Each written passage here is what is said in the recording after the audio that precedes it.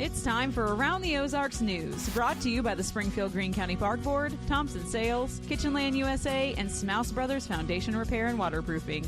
Here are your hosts, Ethan and Sarah Foreheads. Hey there, good morning to you on Tuesday. Felt like Monday went by very quickly, which is nice. So here we are on Tuesday and giving you news from around the Ozarks. All right. A Springfield man is in custody after a deadly motorcycle crash. It happened around 6:30 Sunday evening at West Bypass and Grand.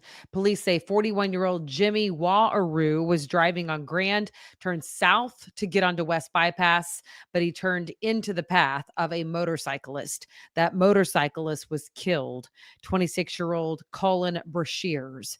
Waharoo was arrested and booked into the jail for driving while intoxicated.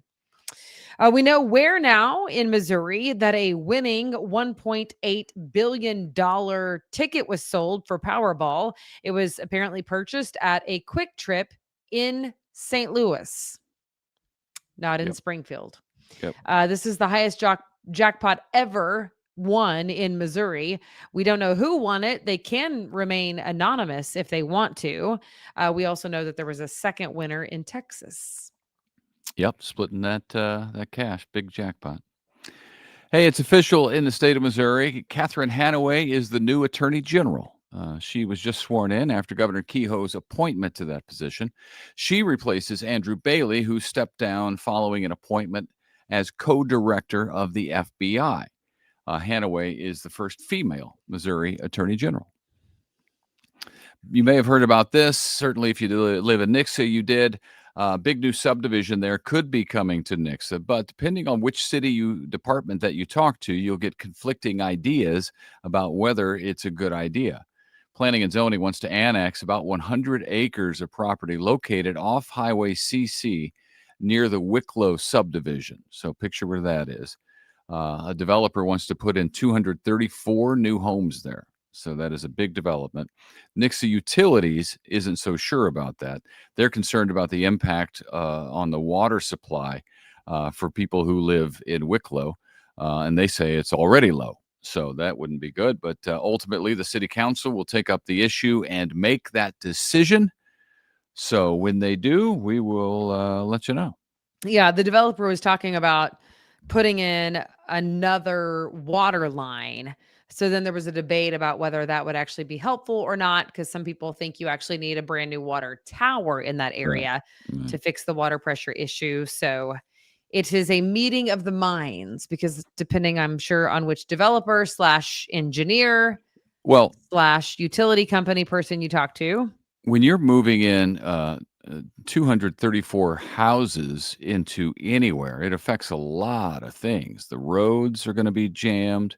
I think Ozarks saw that when that development went in at the old airport there. They had a big development go in, and the intersection there, the frontage road that goes by Tracker, where it connects with CC. 22nd Street is what that's called, isn't it? That where it connects with CC right there by the gas stations and the mud house. That intersection is always backed up, and I don't even drive it very often, but I know people who live in there, and they say it's a mess. So you got to fix the infrastructure as you grow. Price you pay for development. That's true. It's absolutely true. Or not. So yeah, now the city council gets to sort that out. A Springfield couple is being sued by the U.S. government. Michael Feltz. Do you remember his name? I do. I remember his name. Yeah, he was the former owner of Taco Habitat, as well as several other establishments. His ex-wife, her name is Jennifer Obert, and Springfield's White River Brewery. All three of those are named in a new lawsuit. A judge sentenced Michael Feltz to prison last year for applying for federal pandemic money, PPP loans, and then apparently spending that money instead on like fancy cars and a yacht and some other things like luxurious items. Yeah. According to the lawsuit, before Feltz's sentencing, he transferred ownership of the White River Brewery to his now ex-wife, Jennifer. So the lawsuit says that was illegal. They think that maybe he was trying to get it out of his name, I guess, to keep the brewery from having to pay restitution. Interesting. When that all went down, he owed more than $9 million from what is PPP loan fraud that he was found guilty of. I don't know how people do stuff like that, and he was found guilty. So I just don't understand the thought process that goes into that. Maybe there are people who get away with it, and we just don't know about it. Oh, for sure there were. Do you remember Million. that was a fiasco? I do And remember. it was also a fiasco for business owners who needed PPP Ah, money yes. and it wasn't coming quickly Well, enough. But there was a ton of fraud during that whole thing. A no, ton of fraud. And I then business owners who weren't getting money who actually remember this? We covered it extensively. And by we, I mean me. yes, I remember it. It was the fraud was insane. It was very difficult for business owners.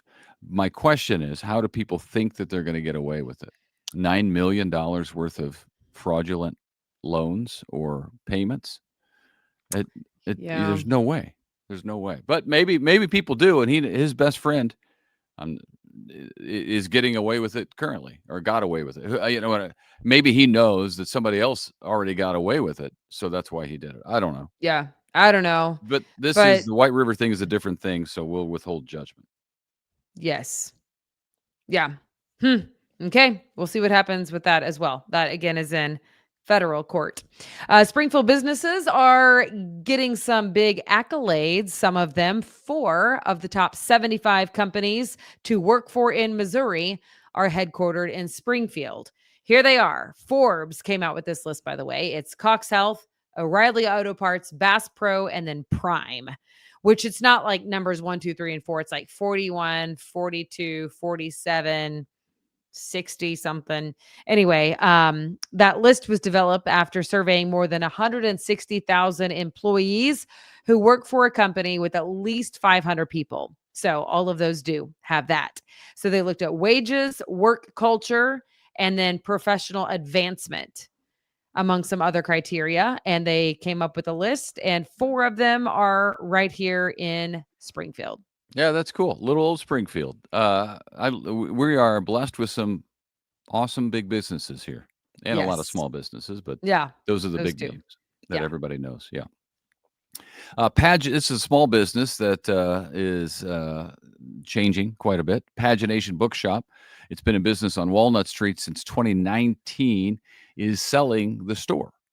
They're selling the property that houses the store. It's up for sale. The owner plans to close the business once they sell off that property. The business itself, though, they say is not for sale. So they're just selling the house at 1150 East Walnut. It's zoned commercial. That's a stretch of Walnut that is commercial. It includes a grand staircase, original wood floors. So it could be retail space, could be office space.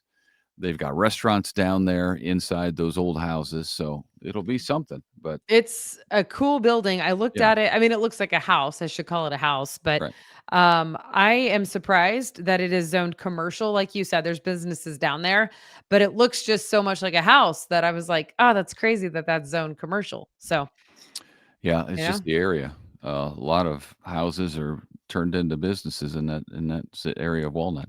it is Kansas really City neat. Chiefs have a big game coming up this weekend. They're 0-1 on the season, but this isn't good news because they could be without Xavier Worthy and rookie Jalen Royals, both of them wide receivers who are injured. Worthy hurt his shoulder, as you probably know, and Royals already missed the game in Brazil because he had a knee injury.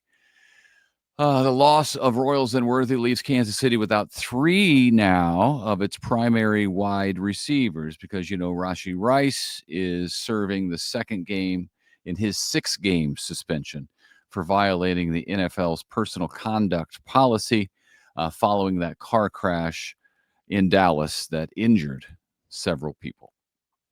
Yeah. Not good. All right. The Discovery Center of Springfield is having the Night at the Museum event this weekend. It is for adults only, happening on Saturday, the 13th. They are celebrating 10 years. So good times at the Discovery Center. It's from 6 to 10. And they are going to be exploring Lots of interactive exhibits, hands-on science, entertainment, food bar, drink bar, and lots of sponsors and people going to be there. General admission is $50, and then VIP admission is $100. That'll get you early entry and access into the VIP lounge with food and drink offerings and front row access to the Fire and Ice Science Show.